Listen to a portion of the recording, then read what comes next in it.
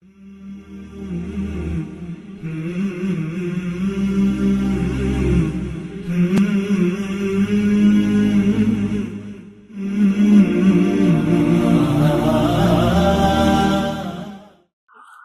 بالله من الشيطان الرجيم.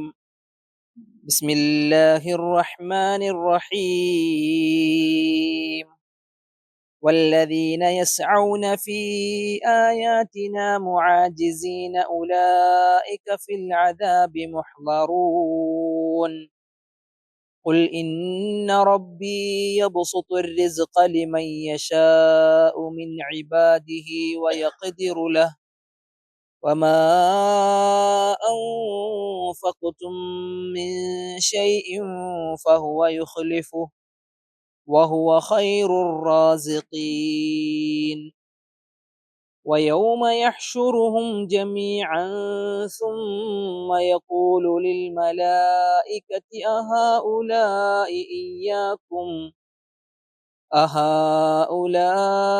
إياكم كانوا يعبدون قالوا سبحانك أنت ولينا من دونهم بل كانوا يعبدون الجن أكثرهم بهم مؤمنون.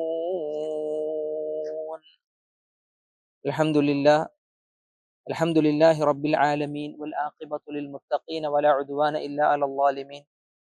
اللهم صل على محمد وعلى آل محمد كما صليت على إبراهيم وعلى آل إبراهيم إنك حميد مجيد.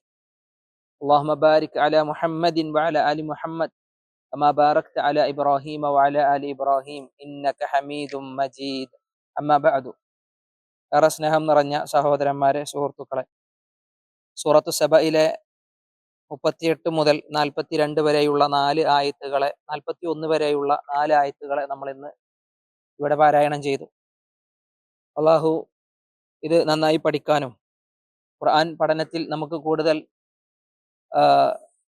ആവേശവും ഉന്മേഷവും ഒക്കെ അള്ളാഹു നമുക്ക് നൽകുമാറാവട്ടെ. സൂറത്തു സബ അതിന്റെ അവസാന ഭാഗങ്ങളിലേക്ക് നമ്മളിങ്ങനെ പോയിക്കൊണ്ടിരിക്കാൻ. ഇൻഷാ അല്ലാഹ് റമദാനിന് മുന്നേ ഈ സൂറത്തിലെ ബാക്കിയുള്ള ആയത്തുകൾ ഇൻഷാ അല്ലാഹ് തീരുമെന്നാണ് നമ്മൾ വിചാരിക്കുന്നത്. അള്ളാഹു തൗഫീഖ് ചെയ്യുമാറാവട്ടെ. ആമീൻ. നമ്മൾ കഴിഞ്ഞ ക്ലാസ്സിൽ പറഞ്ഞു വെച്ചത് അള്ളാഹു സുബ്ഹാനഹു വ തആല മക്കളെ കൊണ്ടും സമ്പാദ്യങ്ങളെ കൊണ്ടും നിങ്ങളെ പരീക്ഷിക്കുമെന്ന് പറഞ്ഞ കാര്യങ്ങളാണ്. ചില ആളുകൾക്ക് സമ്പത്തിൽ വിശാലത കൊടുക്കും, ചില ആളുകൾക്ക് അള്ളാഹു സമ്പത്തിൽ ഒരു ഞെരുക്കം കൊടുക്കും. അത് അള്ളാഹുവിന്റെ ഹിക്മത്തിന്റെ അടിസ്ഥാനത്തിലാണ്. അതുകൊണ്ട് ഭൂമിയിൽ ഉണ്ടാവേണ്ട ചില നടപടിക്രമങ്ങൾ റബ്ബ് തീരുമാനിച്ചതിനാലാണ് ചില ആളുകളെ പാവങ്ങളായും ചില ആളുകളെ സമ്പന്നരായും സൗകര്യത്തിലുമൊക്കെ എന്ത് ചെയ്യുന്നത് അള്ളാഹു സുബ്ഹാനഹു വ തആല അവർക്ക് ജീവിത സൗകര്യങ്ങൾ, ഉപജീവനങ്ങളെ അള്ളാഹു വിഭജിച്ചു കൊടുക്കുന്നത് എന്നാണ്. എന്നിട്ട് അള്ളാഹു സുബ്ഹാനഹു വ തആല പറഞ്ഞു, എന്നാൽ സൽക്കർമ്മം ചെയ്ത് വിശ്വസിച്ച് ജീവിക്കുന്ന ഒരാളെ സംബന്ധിച്ചിടത്തോളം പരലോകത്ത് ഉന്നത സൗകര്യങ്ങളാണ്. അവിടെയാണ് ശരിക്ക് അല്ലെ അള്ളാഹുവിന്റെ ആദരവ് കിട്ടുന്നത്. അള്ളാഹു ഇഷ്ടപ്പെട്ട ആളുകൾക്ക് അള്ളാഹു നല്ല സൗകര്യങ്ങളും നല്ല സമ്പാദ്യങ്ങളും നൽകുന്നത് എവിടെയാണ്? പരലോകത്താണ്. പക്ഷെ ദുനിയാവിൽ ഒരിക്കലും സൗകര്യങ്ങളും സമ്പാദ്യങ്ങളും അള്ളാഹുവിന്റെ ഇഷ്ടത്തിനനുസരിച്ചല്ല, അത് അവന്റെ ഉദ്ദേശത്തിന്റെ അടിസ്ഥാനത്തിലാണ് എന്ന് നമ്മൾ പറഞ്ഞു. അതിനെ ഒന്നുകൂടി അള്ളാഹു വിശദീകരിക്കുകയാണ് നമ്മൾ തുടർന്ന് ഓതിയ 2 ആയത്തിൽ. അള്ളാഹു പറഞ്ഞു, വല്ലദീന യസ്ഔന ഫീ ആയാതിന മുആജിസീൻ. വല്ലദീന യസ്ഔന ഫീ ആയാതിന, നമ്മുടെ ആയത്തുകളിൽ പരിശ്രമം നടത്തുന്ന ആളുകൾ. അള്ളാഹുവിന്റെ ഒരുപാട് ദൃഷ്ടാന്തങ്ങൾ അള്ളാഹു സുബ്ഹാനഹു വ തആല ലോകത്ത് കാണിച്ചു തന്നു. വിശുദ്ധ ഖുർആൻ ആയത്താൻ. നബി സല്ലല്ലാഹു അലൈഹി വസല്ലമയുടെ നുബുവത്തിലെ നിയോഗം ഇത് അള്ളാഹുവിന്റെ ആയത്താൻ, ദൃഷ്ടാന്തമാണ്. ഇതിൽ ചില ആളുകൾ പരിശ്രമം നടത്തും. സഈ എന്നറിയും. നമ്മള് സഫ മർവക്കടയിൽ ചെയ്യുന്ന ഒരു ശ്രമം, ഒരു ഓട്ടം, ഒരു ഓട്ടത്തിനാണ് നമ്മൾ സഈ എന്നറിയാം. അധ്വാനത്തിനാണ് ശരിക്കും സഈ എന്ന് പറയാം. ഇവിടെ പരിശ്രമിക്കുന്ന ആളുകൾ, അധ്വാനിക്കുന്ന ആളുകൾ. ചില ആളുകൾ എന്ത് ചെയ്യുന്നു? അധ്വാനിക്കുന്നു. ഫി ആയാത്തിന, നമ്മുടെ ആയത്തുകളിൽ, അള്ളാഹുവിന്റെ ചില ദൃഷ്ടാന്തങ്ങളിൽ. എന്താണ് അവരുടെ അധ്വാനം എന്ന് പറയും? മുആജിസീൻ, ഇതിനെ തോൽപ്പിക്കാൻ വേണ്ടി. അള്ളാഹുവിനെയും അള്ളാഹുവിന്റെ ദൃഷ്ടാന്തങ്ങളെയും തോൽപ്പിച്ച് കളയാമെന്ന വിധേന വിചാരിക്കുന്ന ചില ആളുകൾ പരിശ്രമം നടത്തുന്നുണ്ട്. ആരുടെ കൂട്ടത്തിൽ? മനുഷ്യരുടെ കൂട്ടത്തിൽ. റബ്ബ് പറയുന്നു, ഉലൈക ഫിൽ അദാബ്, യഥാർത്ഥത്തിൽ അക്കൂട്ടർ. ഉലൈക എന്നുള്ള വാക്ക് ലഹാദ ഹാദിഹി ഉലായിക്ക, ലഹാദ ഹാദിഹി ഹ ഉലായി ദാലിക തിൽക്ക ഉലായിക്ക. ഹാദ എന്ന് പറഞ്ഞു കഴിഞ്ഞാൽ ഇത്, ഹാദിഹി എന്ന് പറഞ്ഞു കഴിഞ്ഞാൽ അതിന്റെ മുഅന്നസിന് ഉപയോഗിക്കും. ഹ ഉലായി എന്ന് പറഞ്ഞു കഴിഞ്ഞാൽ ഈ കൂട്ടർ. ദാലിക തിൽക്ക എന്നുള്ളതിന്റെ ജംആയിട്ട് നമ്മൾ യൂസ് ചെയ്യും ഉലായിക്ക, അക്കൂട്ടർ അല്ലെങ്കിൽ ആ ഒരു കൂട്ടം, കുറച്ച് വിദൂരത്തുള്ള ആളുകളെ. റബ്ബ് ഇവിടെ പറയണ ഉലായിക്ക, അക്കൂട്ടർ. ആരാണ് അക്കൂട്ടർ? അള്ളാഹുവിന്റെ മാർഗത്തിൽ അള്ളാഹുവിന്റെ ആയത്തുകളെ തോൽപ്പിച്ച് കളയാമെന്ന രൂപത്തിൽ പരിശ്രമം നടത്തുന്ന ആളുകളുണ്ടല്ലോ. ഫിൽ അദാബ്, അവർ ശിക്ഷയിലാണ്. മുഹ്ളറുൻ, അവർ ശിക്ഷയിൽ നാളെ ഒരുമിച്ച് കൂട്ടപ്പെടും. ഹാലിർ എന്ന വാക്കിന്റെ അർത്ഥമാണ് എന്ത്? സന്നിഹിതനാവുക എന്നർത്ഥം. മുഹ്ളർ തന്നെ ഒരുമിച്ച് അവർ സന്നിഹിതരാക്കപ്പെടും. റബ്ബിന്റെ വിചാരണ ദിവസം ശിക്ഷ കാണുന്ന, ശിക്ഷകളിൽ അകപ്പെടുന്നവർ ആരായിരിക്കും? അള്ളാഹുവിന്റെ ദൃഷ്ടാന്തങ്ങളെ തോൽപ്പിക്കാൻ വേണ്ടി പരിശ്രമം, അവഹേളിച്ച് പരിഹസിച്ച് നബി സല്ലല്ലാഹു അലൈഹി വസല്ലമനെ കുറ്റപ്പെടുത്തി, അല്ലെങ്കിൽ നബി കാണിച്ചു കൊടുക്കുന്ന മോജിസത്തുകളൊക്കെ തോൽപ്പിക്കാമെന്ന ഭാവേന നടന്ന ആളുകളുണ്ട് മക്കയിൽ, മുശ്രിക്കുകളുടെ കൂട്ടത്തിൽ. മക്കയിൽ മാത്രമല്ല, ഇന്നും നമുക്ക് കാണാം ഇസ്ലാമിനെ അല്ലെ, ഇസ്ലാമിക അധ്യാപനങ്ങളെ, ഇസ്ലാമിക ആശയങ്ങളെ ഒക്കെ തോൽപ്പിക്കാമെന്ന വിധേന പരിഹസിച്ചും അവഹേളിച്ചും സമൂഹത്തില് ഇസ്ലാമിന്റെ എല്ലാവിധ നന്മകളെയും ആളുകൾക്കിടയിൽ വില കുറച്ച് കാണിക്കാൻ വേണ്ടി പരിശ്രമിക്കുന്ന ആളുകൾ, ഇസ്ലാമിന്റെ ശത്രുക്കൾ, യഥാർത്ഥത്തിൽ നാളെ പരലോകത്ത് റബ്ബിന്റെ ശിക്ഷയിൽ അവരെന്ത് ചെയ്യും? ഒരുമിച്ച് കൂട്ടപ്പെടും. അവർ അവിടെ സന്നിഹിതരാക്കപ്പെടും. ദുനിയാവില് അവർക്ക് പലതും നേടിയാലും അള്ളാന്റെ വിചാരണ ദിവസം അവരെന്ത് ചെയ്യൂല? രക്ഷപ്പെടൂല. റബ്ബ് പറയാൻ, കുൽ, നബിയെ പറയുക, നബിയെ പറയുക, ഇന്ന റബ്ബി യബ്സുത്തു റിസ്ഖ ലിമൻ യശാ. ഈ ആയത്ത് വീണ്ടും ആവർത്തിക്കാണ് ഈ സൂറത്തില്. കാരണം ഇതിന്റെ തൊട്ട് മേലെ നമ്മളത് ഈ ആയത്തിനെ ഓതി, നിങ്ങളുണ്ടോ 36-ാമത്തെ ആയത്ത്. 36-ാമത്തെ ആയത്തിൽ ഇതിന്റെ വാക്കർത്ഥങ്ങൾ നമ്മൾ പറഞ്ഞതാണ്. അതിനെ വീണ്ടും റബ്ബ് ആവർത്തിക്കണമെങ്കിൽ ഇത് മനുഷ്യ സമൂഹം ഉൾക്കൊള്ളണമെന്ന് റബ്ബ് എന്ത് ചെയ്യാണ്? ഒന്നുകൂടി ബോധ്യപ്പെടുത്തുകയാണ് നമ്മളെ. ചില ആളുകൾ ഇതിനെ ഉൾക്കൊള്ളുന്നില്ല. പ്രത്യേകിച്ച് മക്കയിലെ മുശ്രിക്കുകൾ പറഞ്ഞു, അള്ളാഹുവിന് ഞങ്ങളെ ഇഷ്ടമാണ്, അതുകൊണ്ടാണ് അള്ളാഹു ഞങ്ങൾക്ക് കുറെ ആൺമക്കളെ തന്നത്, അള്ളാഹു കുറെ ഞങ്ങൾക്ക് സൗകര്യങ്ങൾ, സമ്പത്ത് തന്നത്. ഒരിക്കലും ഇഷ്ടത്തിന്റെ പുറത്തല്ല. കാരണം അള്ളാഹുവിൽ അവർ വിശ്വാസം ഉണ്ട്, അള്ളാഹുവിൽ മാത്രമായിരുന്നില്ല, അവർക്ക് ആരും വിശ്വാസം ഉണ്ടായിരുന്നു, മറ്റു ബഹുദൈവ വിശ്വാസികളായിരുന്നു നമ്മൾ പറഞ്ഞു വന്നു മക്കയിലെ മുശ്രിക്കുകളെ പറ്റി. നബിയുടെ കൂടെ ഉണ്ടായിരുന്നവർ മുഴുവൻ പാവങ്ങളായിരുന്നു. നബിന്റെ കൂടെ ഉണ്ടായിരുന്നത് മുഴുവൻ സാധാരണക്കാരാണ്. ആദ്യകാലങ്ങളിലൊന്നും പ്രമാണിമാരൊന്നും ഇസ്ലാമിലേക്ക് വന്നിട്ടില്ല, കുറെ കഴിഞ്ഞിട്ട് അവരൊക്കെ വന്നത്. ആദ്യകാലങ്ങളിൽ പോക്കിരിമാരും ഭരണാധികാരികളും ഒന്നും ചെയ്തിട്ടില്ല, കടന്നു വന്നിട്ടില്ല ഇസ്ലാമിലേക്ക്. മശാക്കീനുകളായിരുന്നു, വളരെ ദുർബലരായ അശരണരായ അടിമകളായ ഒരു വർഗമായിരുന്നു നബിന്റെ കൂടെ ഉണ്ടായിരുന്നത്. കാരണം സമ്പത്തും പെരുമയും സ്ഥാനമാനങ്ങളൊന്നും ഇല്ലാതാകുമ്പോൾ വിശ്വസിക്കാൻ പ്രയാസമല്ല. മറ്റത് കുറച്ച് പ്രതിബദ്ധതകൾ വരും അല്ലെ, തന്റെ സ്ഥാനം പോകുമോ, തന്റെ സമ്പത്ത് കുറയുമോ, തന്റെ ബിസിനസ്സിന് തകർച്ച ഉണ്ടാകുമോ, ആളുകൾ തന്നെ കുറ്റം പറയുമോ, ഇങ്ങനെ പലതും കണ്ടിട്ടേ ഒരു വിശ്വാസത്തെ സ്വീകരിക്കാൻ അവർക്ക് എന്ത് ചെയ്യുള്ളൂ, കഴിയുള്ളൂ. പക്ഷെ പാവങ്ങളെ സംബന്ധിച്ചിടത്തോളം നഷ്ടപ്പെടാനൊന്നുമില്ല, ത്യജിക്കേണ്ടി വരും. പാവങ്ങളെ സംബന്ധിച്ചിടത്തോളം ത്യജിക്കാനൊന്നുമില്ല. നബി സല്ലല്ലാഹു അലൈഹി വസല്ലമയുടെ ദഅവത്തിൽ ആദ്യമൊക്കെ ജവാബ് കൊടുത്തിരുന്നത് പാവങ്ങളായിരുന്നു. അതുകൊണ്ട് തന്നെ സ്വഹാബികളുടെ ചരിത്രം നോക്കി നിങ്ങൾ, ഇസ്ലാമിലേക്ക് ആദ്യം കടന്നു വന്ന സ്വഹാബികൾക്ക് പ്രത്യേക പരിഗണന ഉണ്ട്. ഇസ്ലാമിലേക്ക് ആദ്യം വന്നവർ എന്ന് പ്രത്യേകം എടുത്തു പറയും. കാരണം എന്താ? ആദ്യകാലങ്ങളിൽ വിശ്വസിച്ചവരാണ് അസ്സാബിഖൂനൽ അവ്വലൂന മിനൽ മുഹാജിരീന വൽ അൻസാർ. അല്ലാഹ് എടുത്തു പറഞ്ഞു സൂറത്ത് തൗബയിലെ 100-ാമത്തെ ആയത്ത്. മാത്രമല്ല ചില സ്വഹാബത്തിന്റെ ചരിത്രം പഠിക്കുമ്പോൾ ഇങ്ങനെ കാണാം, എന്താണ്, ആദ്യം ഇസ്ലാമിലേക്ക് വന്നവരാണെന്ന് പറഞ്ഞിട്ട്. സ്ത്രീകളുടെ വിഭാഗത്തിൽ നിന്ന് ആദ്യം ഇസ്ലാമിനെ സ്വീകരിച്ചവർ, കുട്ടികളുടെ വിഭാഗത്തിൽ നിന്ന് ആദ്യം ഇസ്ലാമിനെ സ്വീകരിച്ചത്, അതുപോലെ തന്നെ പുരുഷന്മാരുടെ വിഭാഗത്തിൽ നിന്ന് ആദ്യം ഇസ്ലാമിനെ സ്വീകരിച്ചത് എന്നൊക്കെ പറഞ്ഞിട്ട് ഒരു പ്രത്യേക കാറ്റഗറികൾ തന്നെ സ്വഹാബത്തിന്റെ ഇടയിൽ എന്ത് ചെയ്തിട്ടുണ്ട്, പണ്ഡിതന്മാർ വിശദീകരിക്കുന്ന കാണാം. അത് അവർക്കുള്ള ഫضലാണ്. എന്നാൽ അവസാന കാലഘട്ടങ്ങളിൽ പലരും എന്ത് ചെയ്തു, പല ധനാഢ്യരും അല്ലെങ്കിൽ സമ്പന്നരും പ്രമാണിമാരും ഇസ്ലാമിലേക്ക് കടന്നു വന്നു എന്ന് കരുതി അവരുടെ ഫضല് കുറക്കല്ല. ഇസ്ലാമിലേക്ക് വന്നവർക്ക് എന്തായാലും ഫضലുണ്ട്. പക്ഷേ അള്ളാഹുവിന്റെ പ്രവാചകന്റെ കൂടെ ആദ്യം ഉണ്ടായിരുന്നത് മുഴുവൻ പാവങ്ങളായിരുന്നു എന്നൊരു കാര്യം. ത്യാഗങ്ങൾ പലതും അവർക്ക് സഹിക്കേണ്ടി വന്നിട്ടുമുണ്ട് അല്ലെ, പലപ്പോഴും അടിയും മർദ്ദനങ്ങളും ഒക്കെ അവർക്ക് ഏൽക്കേണ്ടി വന്നിട്ടുണ്ട് ഇസ്ലാമിന്റെ മേഖലകളിൽ. പക്ഷെ ഇവിടെ റബ്ബ് എടുത്തു പറയാണ്, ഒരിക്കലും ദുനിയാവിന്റെ സമ്പത്ത് വ്യവസ്ഥ എന്ന് പറയുന്നത് അതൊരിക്കലും റബ്ബിന്റെ ഇഷ്ടപ്രകാരം റബ്ബ് ഒരിച്ചു കൊടുക്കുന്നതല്ല. അത് വീണ്ടും ആവർത്തിക്കാൻ, കുൽ, നബിയെ പറയണം, ഇന്ന റബ്ബി യബ്സുത്തു റിസ്ഖ ലിമൻ യശാ. എന്റെ റബ്ബ് എന്ന് പറഞ്ഞത് മറ്റോടത്ത് ഇതിന്റെ മുകളിലുള്ള ആയത്തോ ഇന്ന റബ്ബി, അവിടെ റബ്ബാണ്, എന്റെ റബ്ബ് എന്നാണ്. എന്റെ റബ്ബ് എന്ന് പറയുമ്പോൾ നബി പറയുമ്പോൾ ഇതിലൊരു വൈകാരികത ഉണ്ട്. എന്റെ റബ്ബ് എന്ന് പറയുമ്പോൾ മുഅ്മിനീങ്ങൾക്ക് അത് കൂടുതൽ മനസ്സിനെ ഉൾക്കൊള്ളാൻ പാകത്തിൽ പറയാം. അള്ളാഹ് നമ്മളെ വെറുതെ കൈയൊഴിയുന്നവനല്ല, റബ്ബ് സഹായിക്കും, നമ്മളോടൊപ്പമാണ് എന്ന് ഓർമ്മിപ്പിക്കൽ. എന്റെ റബ്ബ് ഒരിക്കലും സമ്പത്ത് വിശാലമാക്കുന്നത് ആർക്കാണ്? ലിമൻ യശ, അവൻ ഉദ്ദേശിക്കുന്നവർക്കാണ്. ബസത്ത എന്ന് പറഞ്ഞാൽ ശരിക്കും വിധാനിക്കുക, വിശാലമാക്കുക എന്നാണ്. അള്ളാഹു വിശാലമാക്കി കൊടുക്കും. മിൻ ഇബാദിഹി, എന്ത് മിൻ ഇബാദിഹി? അവന്റെ ദാസരിൽ, പടച്ച റബ്ബിന്റെ അടിമകൾക്ക് അവൻ ഉദ്ദേശിക്കുന്നവർക്ക് വിശാലത കൊടുക്കും. സമ്പത്ത്, കുറേ സമ്പത്ത് ഉണ്ടാവും, കുറേ സൗകര്യങ്ങൾ ഉണ്ടാവും. അത് അള്ളാഹ് ഉദ്ദേശിക്കുമ്പോൾ കൊടുക്കുന്നതാണ്. എന്നാൽ വയഖ്ദിറു ലഹു, അല്ലെ, ചില ആളുകൾക്ക് അവൻ എന്ത് ചെയ്യുന്നു? അവന്റെ അടിമകളിൽ ചില ആളുകൾക്ക് അവൻ ഖദിറാക്കി, കുടുസാക്കി, വളരെ കണക്കാക്കി കൊടുക്കുക, അളന്നു കൊടുക്കുക. അപ്പൊ നമ്മളറിയില്ലേ, പിശുക്കി പിശുക്കി കൊടുക്കുക, മുറിച്ചു കൊടുക്കുക. ഖദിർ എന്ന വാക്കിന്റെ അർത്ഥം ശരിക്കും അളക്കുക എന്നാണ്, കണക്കാക്കുക എന്നാണ്. കുടുസാക്കി കൊടുക്കുക. ചില ആളുകൾക്ക് അത്ര ഒന്നും ഉണ്ടാവില്ല, കുറച്ചേ ഉണ്ടാവുള്ളൂ.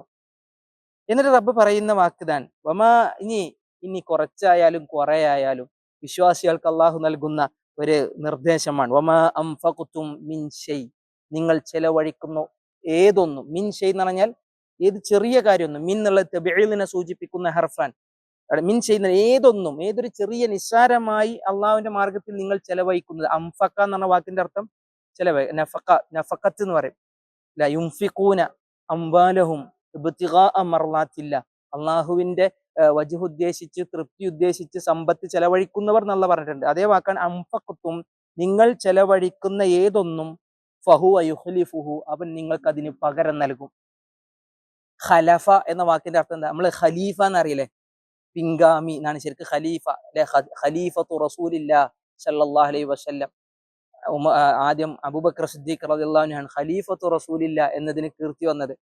പിന്നെ ഉമർ ഇബ്നുൽ ഖത്താബ് വന്നുല്ലേ, ഖുലഫാ റാഷിദീൻ, 4 ആൾക്കാരും വന്നു. പക്ഷെ ഉമർ ഇബ്നുൽ ഖത്താബിന്റെ കാലത്ത് ഖലീഫ എന്നതിനേക്കാൾ ഏറ്റവും കൂടുതൽ വിളിക്കപ്പെട്ട അമീറുൽ മുഅ്മിനീൻ എന്ന കീർത്തിയാണ് ഖലീഫമാർക്ക് ഉണ്ടായിരുന്നത്. ഇവിടെ ഖലഫ എന്ന വാക്കിന്റെ അർത്ഥം പിന്തലമുറക്കാർ എന്നാണ്, അല്ലെങ്കിൽ ശേഷം വരിക എന്നൊക്കെയാണ്. ആണ് ഖൽഫ് എന്നറിയില്ല നമ്മൾ, ഖൽഫ് പിന്നിൽ, ഖൽഫക് നിന്റെ പിന്നിൽ. അമാമ എന്നുള്ളതിന്റെ ഓപ്പോസിറ്റ് ആയിട്ട് എന്ത് യൂസ് ചെയ്യാറുണ്ട്?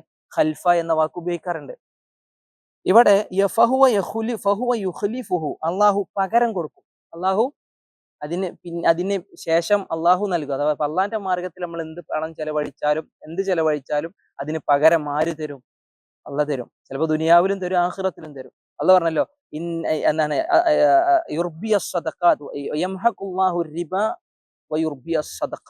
അള്ളാഹു സുബ്ഹാനഹു തആല പലിശയെ തകർത്ത് കളയും, എന്നാൽ ധർമ്മങ്ങളെ അള്ളാഹു എന്ത് ചെയ്യും? വളർത്തുന്നാണ്. അർബ യുർബി എന്ന് പറഞ്ഞാൽ അള്ളാഹ് വളർത്തും. സമ്പത്ത് ചെലവഴിക്കും തോറും പെരുകുള്ളൂ, അതൊരിക്കലും എന്ത് ചെയ്യൂല? കുറയൂല. സമ്പത്ത് ചെലവഴിക്കും തോറും വർദ്ധിക്കും എന്നുള്ളതിന് ഏറ്റവും വലിയ തെളിവ് റസൂലുള്ളാഹി സ്വല്ലല്ലാഹു അലൈഹി വസല്ലമയാണ്. സ്വല്ലല്ലാഹു അലൈഹി വസല്ലമ കിട്ടിയാൽ അതിനെന്ത് ചെയ്യും? ധർമ്മം ചെയ്യാറുണ്ട്. പ്രത്യേകിച്ച് റമദാനുകളിൽ അടിച്ചു വീശുന്ന കാറ്റിനേക്കാൾ ശക്തമായി റസൂലുള്ളാഹി എന്ത് ചെയ്യാറുണ്ടായിരുന്നു? ധർമ്മം ചെലവഴിക്കാറുണ്ടായിരുന്നു. നബി സ്വല്ലല്ലാഹു അലൈഹി വസല്ലമയുടെ ഹജ്ജത്തുൽ വദായിൽ 100ഓളം ഒട്ടകങ്ങളെയാണ് അള്ളാന്റെ റസൂൽ എന്ത് ചെയ്തത്? അവിടെ ഒരുക്കളായിട്ട് അറുത്തത് എന്നൊക്കെ കാണാം. സമ്പത്ത് ഉണ്ടായിരുന്നു, അതെ കൊടുക്കുമ്പോൾ. പക്ഷെ ആ കിട്ടിയതൊക്കെ അള്ളാന്റെ മാർഗത്തിൽ അള്ളാന്റെ റസൂൽ എന്ത് ചെയ്തു? ചെലവഴിച്ചു. സമ്പത്ത് പെരുകും, വർദ്ധിക്കും. അത് ധർമ്മം ചെയ്യുന്നവന് സമ്പത്തിന് ആധിക്യം ഉണ്ടാവുക. പിടിച്ചു വെക്കുന്നവന്റെ സമ്പത്ത് എന്ത് ചെയ്യും? കുറഞ്ഞു പോവുക ചെയ്യുക. ഇസ്ലാമിന്റെ ഒരു രീതി എന്ന് പറഞ്ഞാൽ ഭയങ്കര രസമാണ്. എന്തെങ്കിലും കുറ്റം ചെയ്താലും എന്ത് ചെയ്താലും സമ്പത്തിനോട് പൂതി ഉണ്ടായാലും ഉള്ളത് ചെലവഴിക്കുന്ന പറയാം, കയ്യിലുള്ളത് കൊടുക്കുന്ന പറയും. അതൊരു വല്ലാത്ത വാക്കുകളാണ്. എല്ലായിടത്തും റബ്ബ് പറയും കൊടുക്ക്, ചെലവഴിക്കുന്ന പറയാം. നമ്മളൊക്കെ പിടിച്ചു വെക്കാനാ നോക്കുക. പക്ഷെ ചെലവഴിക്കും തോറും എന്തെയും കയ്യിൽ അത് വന്നുകൊണ്ടേ ഇരിക്കും. ഏതുപോലെ നമുക്കൊക്കെ ഏറ്റവും നല്ല ഉദാഹരണമാണ് നമ്മളെ നാട്ടില് കിണറിന്ന് വെള്ളം കോരുന്തോറും നല്ല വെള്ളം കിട്ടും. അതിൽ നിന്ന് വെള്ളം കോരാതിരുന്നാലോ, വെള്ളം എടുക്കാതിരുന്നാലോ നമ്മൾ പൊട്ടക്കിണർ എന്നാ പറയാ. അതിലെ വെള്ളം കേടുവരും.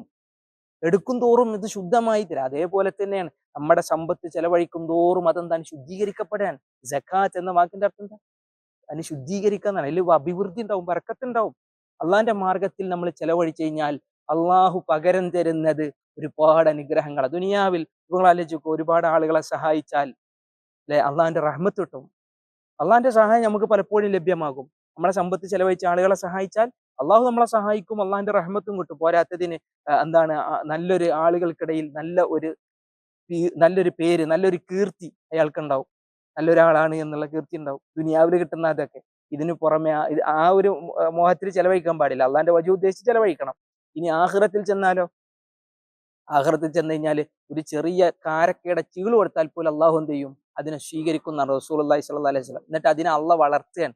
ഒരു ചെറിയ ധർമ്മത്തെ അള്ളാഹ് ഇങ്ങനെ വളർത്തും. ഏതുപോലെ നിങ്ങളുടെ ഒരു കുതിരക്കുട്ടിയെ വളർത്തുന്നത് പോലെ. ആ ഹദീസിൽ അങ്ങനെയാണ്. കുതിരക്കുട്ടി എന്ന് പറഞ്ഞാൽ അവർക്ക് ഏറ്റവും വലിയ സമ്പത്തായി കണക്കാക്കുന്നതായിരുന്നു ഒന്ന് കുതിരക്കുട്ടികള്, അറബികള്. എന്നിട്ട് അതിന് ചെറിയ കുതിരക്കുട്ടികൾ എടുക്കും, അതിന് തീറ്റയും പുല്ലും വെള്ളമൊക്കെ കൊടുത്തിട്ട് അവര് വളരെ വലിയ ഒരു നല്ലൊരു അസറ്റായിട്ട് അതിനെ വളർത്തി വളർത്തി കൊണ്ടുവരും.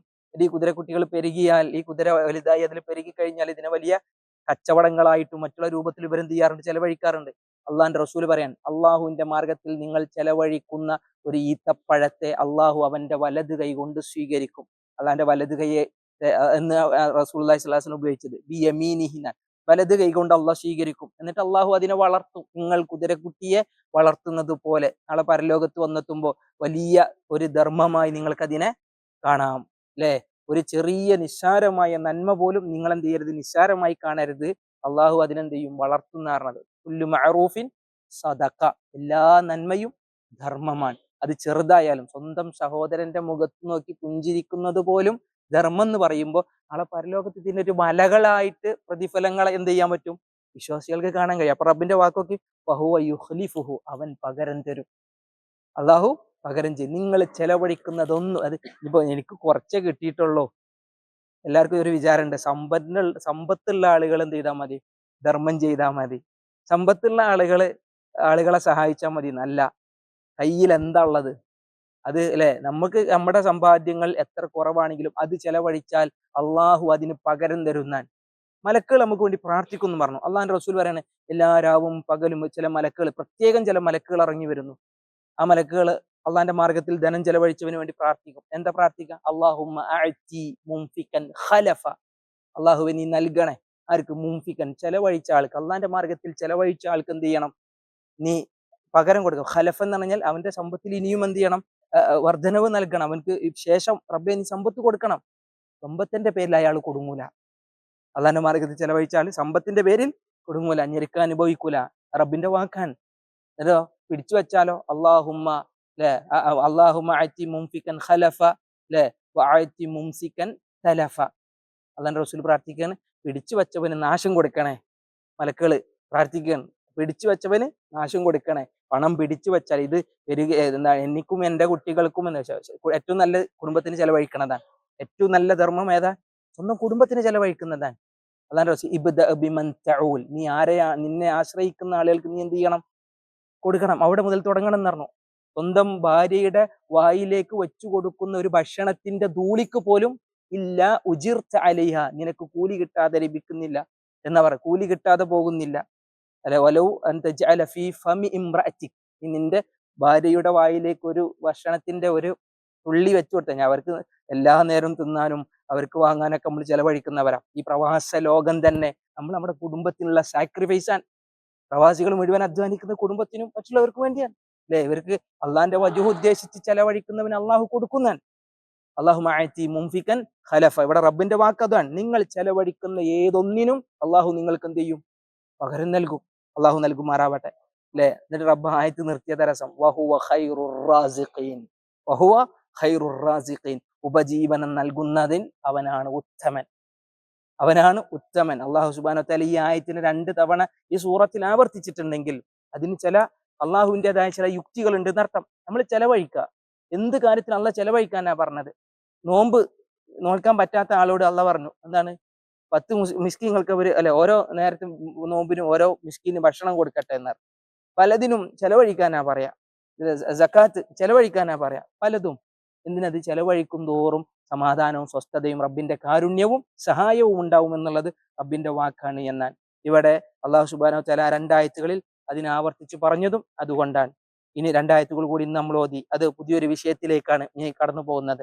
റബ്ബ് പറയുന്നു, വയൗമ യഹ്ശുറുഹും ജമീഅ, അള്ളാഹു അവരെയൊക്കെ ഒരുമിച്ച് കൂട്ടുന്ന ദിവസം. യഹ്ശുർ എന്ന് പറഞ്ഞ വാക്കിന്റെ അർത്ഥം, ഹശറ എന്ന വാക്കിന്റെ അർത്ഥം ശരിക്കും ഒരുമിച്ച് കൂട്ടിയതാണ്. ഹശറ, മഹ്ശർ എന്ന് പറയും, ഒരുമിച്ച് കൂട്ടുന്ന സ്ഥലം. മഹ്ശർ, അല്ലെ, ഒരുമിച്ച് കൂട്ടപ്പെടുന്ന സ്ഥലം. വഇദൽ വുഹൂശു ഹുശിറത്, വന്യമൃഗങ്ങൾ ഒരുമിച്ച് കൂട്ടപ്പെടുമ്പോൾ. മഹ്ശറയിൽ ആരൊക്കെ ഉണ്ടാവും? മനുഷ്യന്മാർ മാത്ര? മഹ്ശറയിൽ വന്യമൃഗങ്ങൾ വരെ ഒരുമിച്ച് കൂട്ടപ്പെടുന്ന. വഇദൽ വുഹൂശു ഹുശിറത്, വന്യമൃഗങ്ങൾ എന്ന് പറഞ്ഞാൽ എന്തൊക്കെ? നമ്മൾ കണ്ടതും കാണാത്തതും ഒക്കെ ഉണ്ട്, നമുക്ക് അറിഞ്ഞതും അറിയാത്തതുമെല്ലാം ഉണ്ട്. എല്ലാറ്റിനെയും അള്ളാഹ് ഒരുമിച്ച് കൂട്ടുക. പക്ഷെ ആ സമയത്ത് ഒരു കാഫിറായ മനുഷ്യൻ പറയും, ഞാൻ മണ്ണായിരുന്നെങ്കിൽ. റസൂലുള്ളാഹി സ്വല്ലല്ലാഹു അലൈഹി വസല്ലമയുടെ ഹദീസിൽ എന്താ വെച്ച് കഴിഞ്ഞാൽ ഈ മൃഗങ്ങളൊക്കെ ഒരുമിച്ച് കൂട്ടും. എത്രത്തോളം എന്ന് വെച്ച് കഴിഞ്ഞാൽ ഈ എന്താണ് കൊമ്പ് കൊണ്ട് അങ്ങോട്ടും ഇങ്ങോട്ടും കുത്തി ഉപദ്രവിക്കപ്പെട്ട 2 ആട്ടിൻകുട്ടികളെ വരെ അള്ളാഹു കൊണ്ടുവരും. അല്ലെ ഈ ആട്ടിൻകുട്ടികൾ അവരെ കൂട്ടിലിട്ടപ്പോ ചില കൊമ്പുള്ളത് കൊമ്പില്ലാത്തതിന് എന്ത് ചെയ്തിരുന്നു? ദ്രോഹിച്ചിരുന്നു. പരലോകത്ത് അതിനുള്ള പ്രതികാര നടപടിയാണ്. അള്ളാഹു ഈ ജീവജാലങ്ങൾ ഉയർത്തെഴുന്നേൽപ്പിക്കും, മഹ്ശറയിൽ ഒരുമിച്ച് കൂട്ടും, എന്നിട്ട് ഖിസാസ് നടപ്പാക്കുന്നത്. ഖിസാസ് എന്ന് പറഞ്ഞാൽ ഇവർ ഈ ചെയ്തതിന്റെ പ്രതികാരം പരലോകത്ത് ചെയ്യിപ്പിക്കുമെന്നാണ്. എന്നിട്ട് അള്ളാഹു സുബ്ഹാനഹു തആല ഇവരോട് പറയും, കൂനു തുറാബ, നിങ്ങൾ മണ്ണായി തീരുക. അവർക്ക് വേറെ വിചാരണയില്ല, മണ്ണായി തീരുക എന്ന് പറയും. ഈ ജീവജാലങ്ങളും എന്നാൽ ഈ വന്യമൃഗങ്ങളെയും ഒക്കെ അള്ളാഹുവിന്റെ റസൂൽ പറയാൻ അള്ളാഹു അവരോട് പറയും, കൂനു തുറാബ, നിങ്ങൾ മണ്ണാവുക. അത് കാണുമ്പോ മനുഷ്യൻ മോഹിക്കും, യാ ലൈതനി കുന്തു തുറാബ. സൂറത്ത് നബഇന്റെ അവസാനത്തെ ആയത്തതാണ്. മനുഷ്യൻ പറയും, ഞാനും ഒരു മണ്ണായിരുന്നെങ്കിൽ. കാരണം പിന്നെ നമുക്ക് കാണാനുള്ളത് വിചാരണയാണ്, നമ്മുടെ കർമ്മങ്ങളാണ്. മീസാനിലിട്ട് അള്ളാഹു അതിനെങ്ങനെ തൂക്കി നോക്കുന്ന അതിഭീകരമായ രംഗത്തെ പേടിച്ചിട്ട് മനുഷ്യൻ പറയും, സത്യനിഷേധി പറയും, യാ ലൈതനി കുന്തു തുറാബ, ഞാൻ മണ്ണായിരുന്നെങ്കിൽ. അള്ളാഹു സുബ്ഹാനഹു വ തആല ഇവിടെ എടുത്ത് പറയാൻ, അവരെയൊക്കെ ഞാൻ ഒരുമിച്ച് കൂട്ടുന്ന ഒരു ദിവസം. യൗമ എന്ന് പറഞ്ഞാൽ അന്നേ ദിവസം. യഹ്ശുറുഹും ജമീഅൻ, എന്താ ജമീഅൻ? എല്ലാരെയും, അവസാനത്തെ കുഞ്ഞിനെ വരെ റബ്ബ് നാളെ എന്ത് ചെയ്യും? പരലോകത്ത് ഒരുമിച്ച് കൂട്ടും. സുമ്മ യഖൂൽ, എന്നിട്ട് റബ്ബ് പറയും, ലിൽ മലായിക, മലക്കുകളോട് പറയൻ, അഹൗലാഇ ഇയ്യാകും കാനൂ യഅ്ബുദൂൻ. അഹൗലാഇ, ഈ കൂട്ടരാണോ നിങ്ങൾ ആരാധിച്ചു പോന്നവരാണോ ഇവര്? മലക്കുകളോട് വിളിച്ചിട്ട് പറയണം, ഇവരോട് നിങ്ങൾ ആരാധിക്കുക നിങ്ങൾ പറഞ്ഞിരുന്നോ? അതല്ലെങ്കിൽ ഇവരാണോ നിങ്ങൾ ആരാധിച്ചു പോന്നിരുന്നത്? മലക്കുകൾ ആരെങ്കിലും ആരാധിക്കാൻ വേണ്ടി ഏതെങ്കിലും മലക്ക് പറഞ്ഞിട്ടുണ്ടാ? മലക്കുകളെ കുറ്റപ്പെടുത്തുകയാണ് അള്ളാഹ്? അല്ല. പക്ഷേ എന്താണ്, അള്ളാഹുവിന്റെ മുമ്പിൽ അങ്ങനെ ഒരു ചോദ്യത്തെ മനുഷ്യൻ നേരിടണമെന്ന് അള്ളാഹു ഓർമ്മിപ്പിക്കാൻ. മലക്കുകൾ ആരാധിച്ച ആളുകൾ ഉണ്ടായിരുന്നു പലപ്പോഴും മക്കയില്. മലക്കുകളുടെ വിഗ്രഹം, ചില മലക്കുകളുടെ പേരിട്ടിട്ട് വിഗ്രഹങ്ങൾ ഉണ്ടാക്കും അവർക്കറിയാവുന്ന. ഇനി പേരിടാതെ വിഗ്രഹങ്ങളില്ലാതെ മലക്കുകളെ വിളിച്ചു തേടിയിരുന്നവരും ചില ആളുകൾ ജാഹിലിയ്യ കാലഘട്ടത്തിൽ കഴിഞ്ഞു പോയിരുന്നു. മലക്കുകളോട് അള്ളാഹ് ചോദിക്കും, നിങ്ങൾ പറഞ്ഞോ നിങ്ങൾ ആരാധിക്കാൻ ഇവരോട്? മലക്കുകളോടുള്ള ചോദ്യം, അഹൗലാഇ ഇയ്യാകും കാനൂ യഅ്ബുദൂൻ, ഈ പറഞ്ഞ ആളുകളാണോ നിങ്ങൾ ആരാധിച്ചിരുന്നത്, ഇബാദത്ത് ചെയ്തിരുന്നത്? അപ്പൊ മലക്കുകളുടെ മറുപടി എന്താ? ഖാലൂ, അവര് പറയും, സുബ്ഹാനക അൻത, റബ്ബേ നീ എത്ര പരിശുദ്ധനാൻ, നീ എത്ര വിശുദ്ധനാൻ, പരിശുദ്ധനാൻ. അൻത വലിയുന, നീയാണ് റബ്ബേ ഞങ്ങളുടെ വലി. എന്താ വലി? വലി എന്ന് പറഞ്ഞാൽ നമുക്ക് ഏറ്റവും കൂടുതൽ അറിയുന്ന വാക്ക വലി. വലി എന്ന് പറഞ്ഞാൽ രക്ഷാധികാരി, അല്ലെ? റബ്ബേ നീയാണ് ഞങ്ങളുടെ വലി, അല്ലെ? ഹസ്ബി അല്ലാഹ് വ നിഅമൽ വക്കീൽ, നിഅമൽ മൗല എന്ന് പറഞ്ഞില്ലേ? എത്ര നല്ല വലി, അതാരാണ്? അത് അള്ളയാണ്. അൻത വലിയുന റബ്ബ്. മലക്കുകൾ പറയുന്നു, റബ്ബേ നീയാണ് ഞങ്ങളുടെ വലി. മിൻ ദൂനിഹിം, അല്ലെ? അവർക്ക് പുറമെ ഞങ്ങൾക്ക് വേറെ ആരുമില്ല, ഞങ്ങളുടെ വലിയ നീയാണ് റബ്ബേ. ബൽ കാനൂ യഅ്ബുദൂനൽ ജിൻ, അവരാരാധിച്ചിരുന്നത് ആരെയാണ്? ജിന്നുകളെയായിരുന്നു. അഥവാ മനുഷ്യരുടെ കൂട്ടത്തിൽ ജിന്നുകൾ ആരാധിക്കുന്ന ആളുകളും കഴിഞ്ഞിരുന്നു. ചില ജിന്നുകളുടെ രൂപങ്ങൾ ഉണ്ടാക്കിയിട്ട് വിഗ്രഹങ്ങൾ ഉണ്ടാക്കി ആരാധിച്ചു പോന്നവർ. ചില വിഗ്രഹങ്ങളില്ലാതെ ജിന്നുകൾ ജിന്ന് എന്ന് പറയുമ്പോൾ ആരായാലും ഇവിടെ അധികവും ജിന്ന് എന്ന് പറയുമ്പോൾ ഷെയ്ത്താനും ഷെയ്ത്താന്റെ അനുയായികളുമാണ്. എന്നാൽ പലപ്പോഴും ഷയാത്തീൻ എന്ന വാക്ക് ഉപയോഗിക്കുമ്പോൾ ഖുർആനിൽ ഷയാത്തീൻ എന്നുള്ളതിൽ ചില മനുഷ്യ പിശാചുക്കളും ഉൾപ്പെടും. എന്നാൽ ജിന്ന് എന്ന് പറയുമ്പോൾ അതിൽ മനുഷ്യന്മാരില്ല, അതിൽ ആര് മാത്രമേ ഉള്ളൂ? നമുക്ക് കാണാൻ കഴിയാത്ത ജിന്നുവർഗങ്ങളെ ആരാധിച്ചു പോന്നവർ മക്കായിലെ മുശ്രിക്കുകളിൽ അല്ലെങ്കിൽ അതിന് മുന്നുള്ള കാലങ്ങളിൽ എന്ത് ചെയ്തിരുന്നു? മനുഷ്യരുടെ കൂട്ടത്തിൽ ഉണ്ടായിരുന്നു. മലക്കുകൾ പറയും, ഞങ്ങൾ പറഞ്ഞിട്ടില്ല. അവരാരാധിച്ചത് ആരെയാണ്? ജിന്നുകളെയായിരുന്നു റബ്ബേ.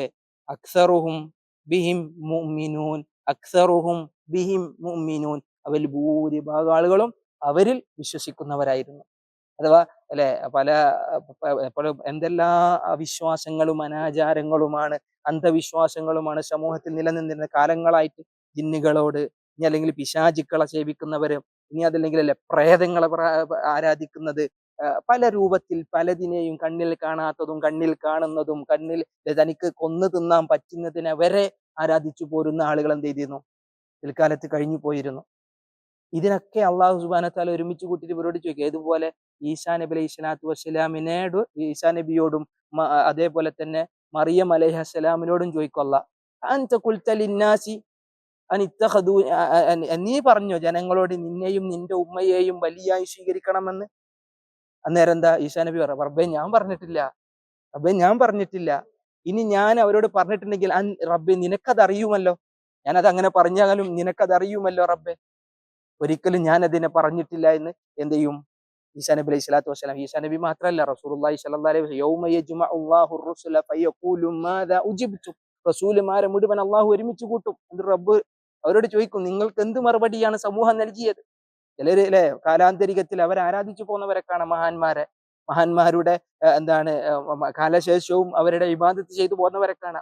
കണ്ണിൽ കാണാത്ത ജിന്നുകൾ ആരാധിച്ചു പോകുന്നവരൊക്കെയാണ്, മലക്കുകൾ ആരാധിച്ചു പോകുന്നവരൊക്കെയാണ്. അവരൊക്കെ നാളെ എന്ത് ചെയ്യും? റബ്ബിനോട് പറയുന്ന മറുപടി, ഈ ആരാധിക്കപ്പെട്ടവർ മുഴുവൻ പറയുന്ന മറുപടി എന്താ? സുബ്ഹാനക റബ്ബ്, നീ അത്ര പരിശുദ്ധനാൻ, ഞങ്ങളാരും പറഞ്ഞിട്ടില്ല എന്ന് അല്ലാഹു സുബ്ഹാനഹു. എന്നാൽ അക്സറുഹും ബിഹിം, ഭൂരിഭാഗം ആളുകൾ എന്ന് പറയുമ്പോൾ നമ്മൾ പേടിക്കണം. ആ ആളുകളൊക്കെ ഭൂരിഭാഗത്തിന്റെ കൂടെയാണ്.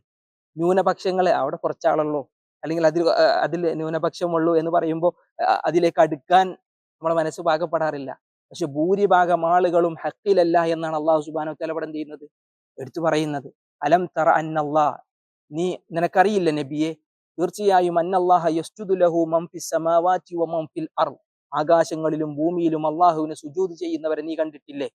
വശംസ്, സൂര്യൻ, വൽ ഖമർ, വശംസു വൽ ഖമറു വൻ നുജൂമു വൽ ജിബാലു വശജറു വദ്ദവാബ്. ആയത്ത് സൂറത്തുൽ ഹജ്ജിലെ സൂറത്തുൽ ഹജ്ജിലെ 2 സജദന്റെ ആയത്തുകളുണ്ട്. അതിൽ ആദ്യത്തെ സജദ വരുന്നതിന് മുന്നുള്ള ആയത്താണ് ഈ പറഞ്ഞത്. നബിയെ, നീ കണ്ടിട്ടില്ലേ ആകാശങ്ങളിലും ഭൂമിയിലും അള്ളാഹുവിന് സുജൂദ് ചെയ്യുന്ന ആളുകൾ? അതിൽ ആരൊക്കെയുണ്ട്? ഷംസ് ഉണ്ട്, അശംസു വൽ ഖമർ, ചന്ദ്രനുണ്ട്, വൻ നുജൂം, നക്ഷത്രങ്ങളുണ്ട്. ഇതൊക്കെ അള്ളാഹിന് സുജൂദ് ചെയ്യുന്നുണ്ട്. എങ്ങനെ സുജൂദ്? നമ്മളെ സുജൂദ് എന്ന് പറഞ്ഞു കഴിഞ്ഞാൽ നമ്മൾ നെറ്റി ഇവിടെ ഭൂമിയിൽ അമർത്തിയിട്ട് അള്ളാഹിന് സുജൂദ് ചെയ്യാം. ഇവർക്കൊക്കെ കത് അലിമ അല്ലെ, അവർക്കൊക്കെ അവരുടെ സ്വലാത്തും അവരുടെ തസ്ബീഹും അറിയാം. ഓരോ ജീവജാലങ്ങൾക്കും അവരുടെ സ്വലാത്ത് എങ്ങനെ, അവരുടെ തസ്ബീഹ് എങ്ങനെയെന്ന് അവർക്കറിയാം. ഒരു ചരാചരവും ഭൂമിയിൽ അള്ളാഹുവിനെ വാഴ്ത്താത്തതായിട്ട് പ്രകീർത്തിക്കാത്തതായിട്ടില്ല എന്നും പറഞ്ഞു. എന്നിട്ട് പറയാണ് ഇവിടെ സൂര്യനും ചന്ദ്രനും നക്ഷത്രങ്ങളും, വൽ ജിബാൽ പർവ്വതങ്ങളും, വശജർ മരങ്ങളും, വദ്ദവാബ് ജന്തുജാലങ്ങളും, വകസീറും മിനന്നാസ് ജനങ്ങളിൽ കുറെ ആൾക്കാരും അള്ളാഹിന് സുജൂദ് ചെയ്യും. എന്നിട്ട് അടുത്ത വാക്കത്താണ് ഭൂരിഭാഗം ആളുകളും, എന്നാൽ ധാരാളം ആളുകളും അവരുടെ മേൽ അള്ളാഹുവിന്റെ ശിക്ഷയാണ്. അള്ളാഹുവിന്റെ ശിക്ഷ വരും. കാരണം റബ്ബിനോടൊപ്പം ബഹുദൈവ വിശ്വാസം സ്വീകരിച്ചവർ, റബ്ബിനോടൊപ്പം മറ്റു മൂർത്തികൾ ആരാധിച്ചു പോന്നവർ, റബ്ബിനോടൊപ്പം മറ്റുള്ള കാര്യങ്ങളെ രക്ഷാധികാരികളായി സ്വീകരിച്ചവർ, റബ്ബിനെ നിഷേധിച്ചവർ, റബ്ബില്ലെന്ന് പറഞ്ഞവർ, അള്ളാഹുവിനെ ആരാധിക്കാത്തവർ, ഇങ്ങനെ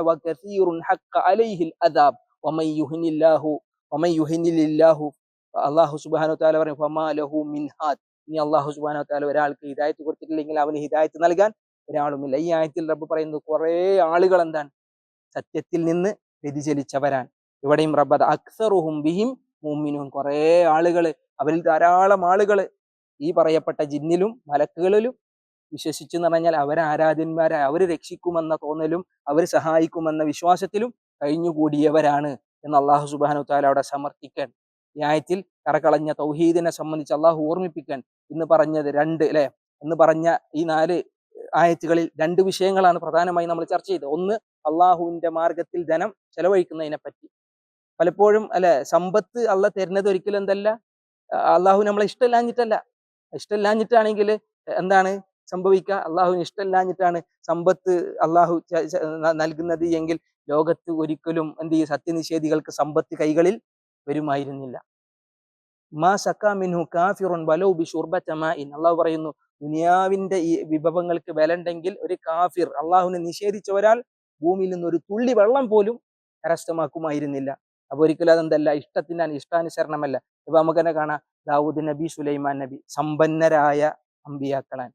അതേ സമയത്ത് മുഹമ്മദ് നബി സല്ലല്ലാഹു അലൈഹി വസല്ലം, ഈസാ നബി ദരിദ്രരായിരുന്നു. ഈസാ നബി അലൈഹി സ്വലാത്തു വസ്സലാമയും മൂസാ നബി, അതേപോലെ തന്നെ മുഹമ്മദ് നബി സല്ലല്ലാഹു അലൈഹി വസല്ലം ഒക്കെ പാവങ്ങളായിരുന്നു. എന്നാൽ ദാവൂദും സുലൈമാനും അലൈഹിമുസ്സലാം ഇവരൊക്കെ സമ്പന്നരായിരുന്നു. അതൊക്കെ അള്ളാഹുവിന്റെ ദുനിയാവിലെ ചില തർത്തീബ്. എല്ലാവരും അള്ളാഹ് സമ്പന്നനാക്കിയിരുന്നെങ്കിലോ ദുനിയാവ് മുന്നോട്ട് പോകില്ല. സൂറത്ത് സുഖ്റുഫിൽ അള്ളാഹ് അത് വിശദീകരിക്കുന്നുണ്ട്. എല്ലാവരും പൈസക്കാരാണെങ്കിൽ ദുനിയാവ് മുന്നോട്ട് പോകില്ല. കാരണം കർഷകരുണ്ടാവില്ല, അതിൽ മറ്റുള്ള ജോലി ചെയ്യുന്ന ആളുകൾ ഉണ്ടാവില്ല. ദുനിയാവിൽ അള്ളാഹു ചില കാര്യങ്ങളെ പരീക്ഷണത്തിന് വേണ്ടി റബ്ബ് ഒരുക്കി. ഇത് ദാറുൽ ബലാഅൻ, ഇത് പരീക്ഷണത്തിന്റെ ഭവനമാണ്. ദാറുൽ ജസാ വരാന്, സുഖത്തിന്റെ ദിവസം വരാനുള്ളതാണ്. ചില യുക്തിവാദികളൊക്കെ പറയാറുണ്ട്, എന്തിനാണ് അള്ളാഹു സുബ്ഹാനഹു വതആല ഇങ്ങനെ ആളുകളെ സഹായിക്കാതെ? കാരണം ചെറിയ മക്കളൊക്കെ മരിക്കുമ്പോൾ കഴിഞ്ഞ ദിവസം പോലും 5 കുട്ടിയിലെ 4 മക്കളാണ് അബുദാബിയിലെ ആ ഒരു അപകടത്തിൽ അബ്ദുൽ ലത്തീഫ് എന്ന് പറഞ്ഞ ആളുടെ മക്കള് മരണപ്പെട്ടത് എത്ര വേദനാജനകമായ വാർത്തയാണ്. പക്ഷെ ആ വാർത്തയുടെ ചുവട്ടിലും ചില എന്താ പടച്ച തമ്പുരാൻ കണ്ണ് ചിമ്മി എന്നൊക്കെ പറഞ്ഞിട്ട് ഇത്തരം വേദനയേറിയ നിമിഷങ്ങളിലും മുറിവേൽപ്പിക്കുന്ന വാക്കുകൾ ഉപയോഗിക്കുന്ന ആളുകളെ കാണാം സോഷ്യൽ മീഡിയകളിൽ. അള്ളാഹു ആ കുടുംബത്തിന് സമാധാനം കൊടുക്കട്ടെ അല്ലെ. അങ്ങനത്തെ ഒരു വലിയ ദുരന്തങ്ങളിൽ നിന്ന് അള്ളാഹു കാത്ത് രക്ഷിക്കുമാറാവട്ടെ. ചിലപ്പോൾ അവർക്ക് സ്വർഗത്തിന് അത് അല്ലെ ഒരുമിച്ച് ചേരാൻ ഇതൊരു കാരണമാണ്. അള്ളാഹു ആ മക്കളെയും ആ കുടുംബത്തെയും സ്വർഗത്തിൽ അള്ളാഹു ഒരുമിപ്പിക്കട്ടെ. ജീവിച്ചിരിക്കുമ്പോൾ മാതാപിതാക്കൾ ജീവിച്ചിരിക്കുമ്പോൾ മക്കൾ മരണപ്പെട്ട് കഴിഞ്ഞാൽ മാതാപിതാക്കൾക്ക് അത് സഹിക്കാൻ കുറച്ച് പ്രയാസാണ്. അതാണ് റസൂൽ പറയാണ്, ഇനി എന്റെ അടിമയുടെ കരളിന്റെ കഷ്ണത്തെ പറിച്ചിട്ടാണോ നിങ്ങൾ വന്നത്? മലക്കളോട് പറയാ, എന്റെ അടിമയുടെ കരളിന്റെ കഷ്ണത്തെ പറിച്ചിട്ടാണോ വന്നത്? ആ പ്രയോഗം അങ്ങനെയാണ്.